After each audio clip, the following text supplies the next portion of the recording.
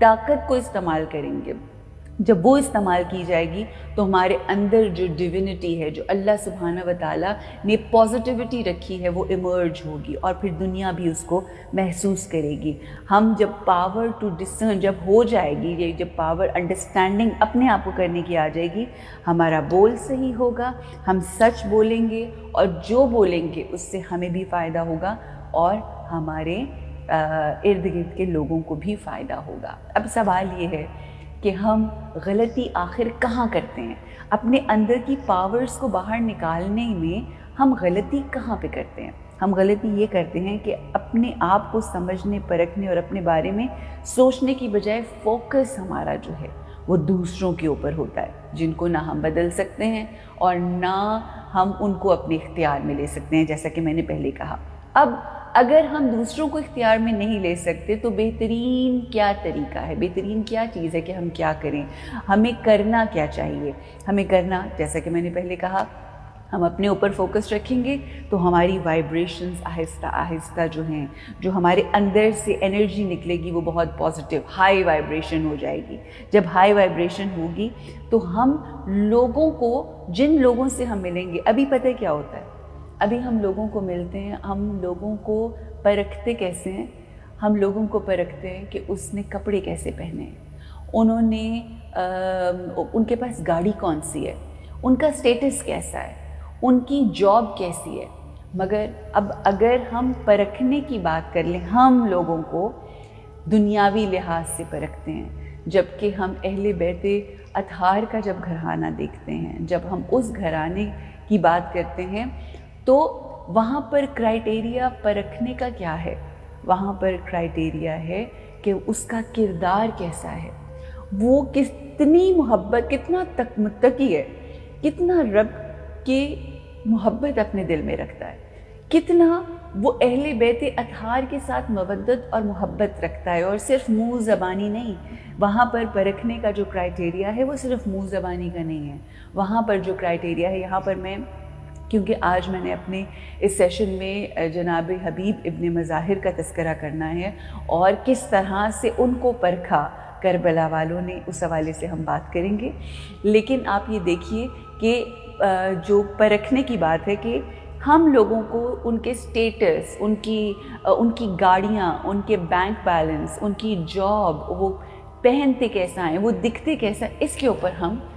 ان کا ہمارا فوکس ہوتا ہے۔ لیکن آقا دو جہان محمد مصطفیٰ صلی اللہ علیہ وآلہ وسلم میں امام حسین چھوٹے تھے تو آقا حبیب ابن مظاہر جو امام حسین علیہ السلام کے دوست تھے،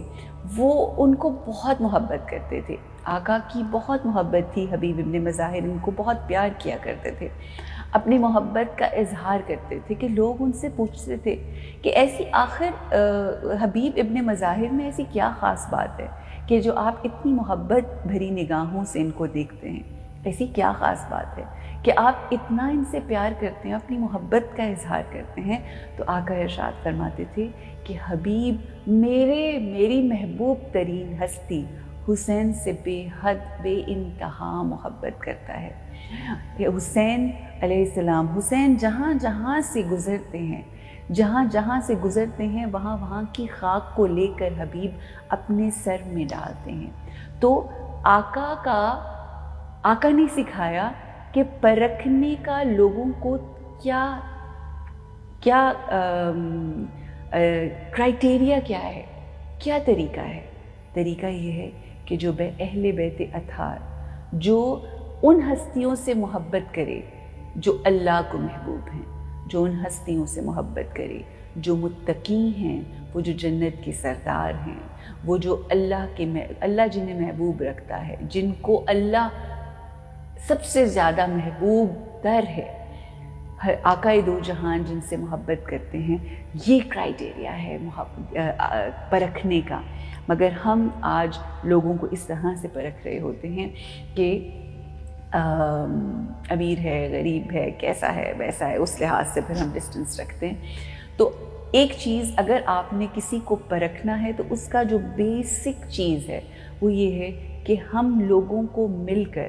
ان کے مال دولت، ان کی دنیاوی عیش و عشرت اور ان کی جو